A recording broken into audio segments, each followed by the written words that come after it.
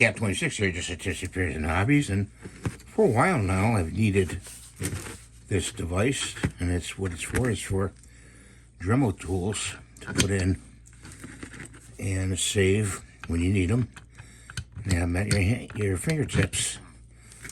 So I've got a few here, and I got a few down in my shelf there that I'm going to put out in this one because I need more in here. Got a place for discs and a little tray for accessories, like little screws and stuff like that. So that's what I want to show you. And I made that on a 3D printer. And the file is on printables.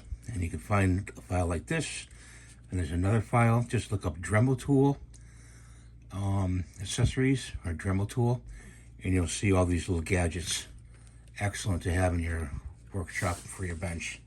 Thanks for watching. Have a great day, and God bless you. Please rate, subscribe, and give the thumbs up. Bye for now. It was going, huh? And there's it all filled up. Okay, now bye for now.